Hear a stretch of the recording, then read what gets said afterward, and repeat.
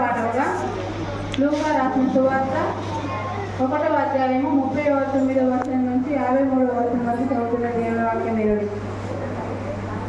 లూకా సువార్త 1వ అధ్యాయము 39వ వచనం నుంచి 53వ వచనం వరకు చదువుతున్న దేవుని వాక్యం వినండి. ఆ దినముల యందు మరియ లేచి యూదా ప్రదేశంలోని కొండ సీమలోనున్న ఒక ఊరికి త్వరగా వెళ్ళి జకర్యా ఇంటిలో ప్రవేశించి ఎలిజబెతుకు వందనములు చేసెను. ఎలిజబెతు మరి యొక్క వందన వచనమును వినగానే ఆమె గర్భంలో శిశువు గంతులు వేసెను.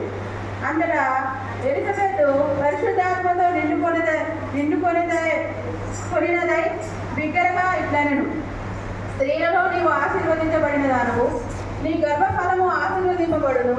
నా ప్రభువు తల్లి నా యొద్దకు వచ్చుట నాకెలాగూ ప్రాప్తించెను.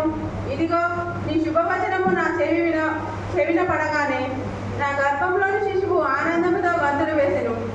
ప్రభువు ఆమెకు తెలియజేయించిన మాటలు సిద్ధించును కనుక నమ్మిన ఆమె ధన్యురాలు అనెను.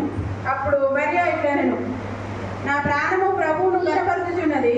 ఆయన తన దాసురాలి దీనస్థితిని కటాక్షించెను. నా ఆత్మ నా రక్షకుడైన దేవుని యందు ఆనందించెను.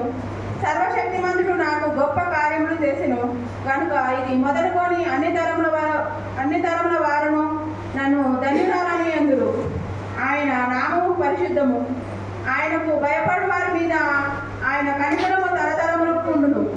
ఆయన తన బాహువుతో పరాక్రమము చూపెను.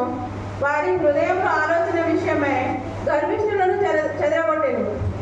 సింహాసనముల నుండి బలవంతులను పరద్రోసి దీనులను నెక్కించెను. ఆకలిగొనిన వారిని మంచి పదార్థములతో సంతృప్తిపరిచి ధనవంతులను వట్టి చేతులతో పంపివేసెను. ఇంతటితో సువార్త పాఠం సరే.